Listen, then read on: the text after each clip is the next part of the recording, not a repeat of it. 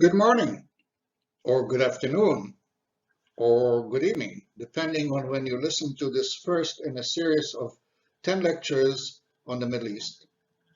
The title of this lecture series is The Middle East on the Move, Forward or Backwards.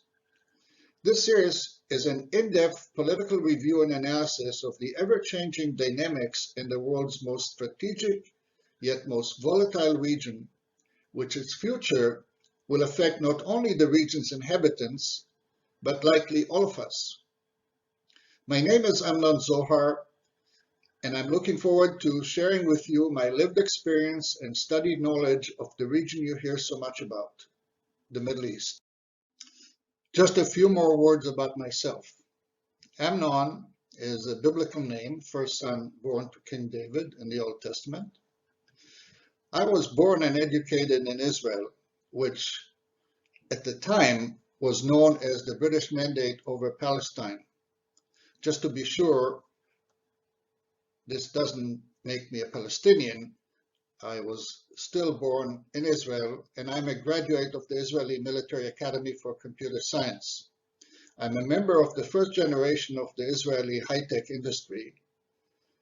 I'm a retired business entrepreneur, and I'm presently an author, speaker, and lecturer on global affairs with an emphasis on the Middle East, my favorite topic. After my retirement, I studied political science at York University and international relations and Islamic studies at Tel Aviv University.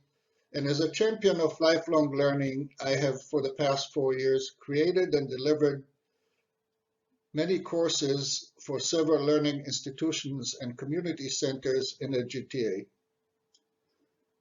All that being said, my life achievement, though, is depicted right here on this slide when I was unanimously voted the most valuable Saba by my 7 grandchildren.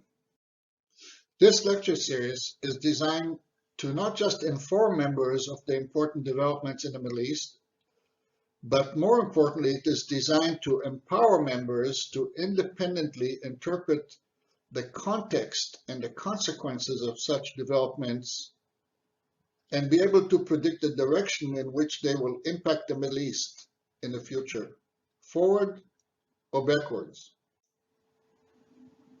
We're going to review the Middle East in a counterintuitive order. First, we're going to look to the future.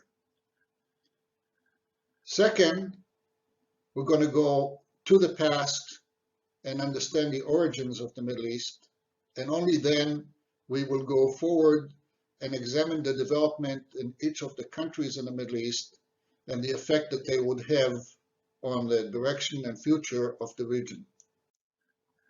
In the first lecture, we will paint 2 possible scenarios of the future of the Middle East. Forward toward peace and prosperity through regional cooperation and collaboration to address its collective existential challenges, foremost climate change and resource scarcity. Or backwards, descending into more conflicts, civil wars, famine, poverty, and humanitarian crisis.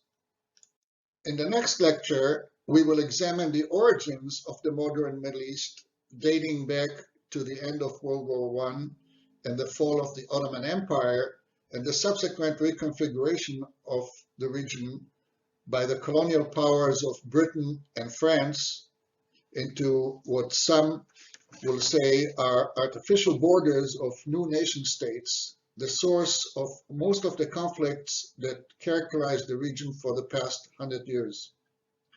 In subsequent lectures, we will examine the latest development in different countries in the region to understand why they're happening now, but more importantly, what does it mean for the future trajectory of the Middle East? And once again, forward or backwards. By the way, for those of you who may think that 10 lectures on the Middle East may be an overdose, this is for you.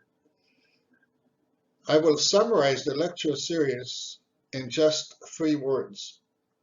Anything and everything that is happening or will be happening in the Middle East can be understood through these three words: oil, waterways, and religion.